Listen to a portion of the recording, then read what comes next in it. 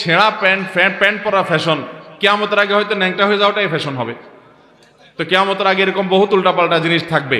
আল্লাহ তাআলা আমাদের যুবকদেরকে সুন্দর রুচি দান করুন এবং পশ্চিমাদের অন্ধ গোলামি এটা থেকে আল্লাহ তাআলা আমাদের যুব সমাজকে বাঁচিয়ে রাখুন।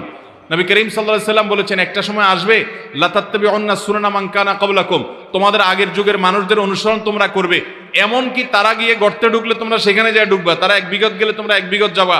সাহাবীরা বলেছেন, ইয়া রাসূলুল্লাহ, ইহুদি খ্রিস্টানদের কথা বলছেন? তিনি বলছেন, তারা ছাড়া আর কাদের কথা? তাদের কথাই বলছি। অর্থাৎ তারা যা করবে তোমরা অন্ধের মতো চেষ্টা করবা, বুঝে আসুক বা না আসুক।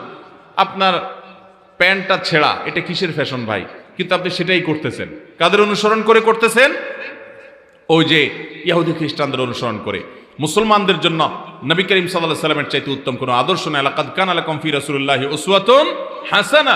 আল্লাহ এবং আখিরাতকে বিশ্বাস করে তাদের জন্য রাসূলের মধ্যে রয়েছে সবচেয়ে উত্তম আদর্শ। আল্লাহ তাআলা সেটাকে আদর্শ হিসেবে আমাদেরকে গ্রহণ করার তৌফিক দান করুন।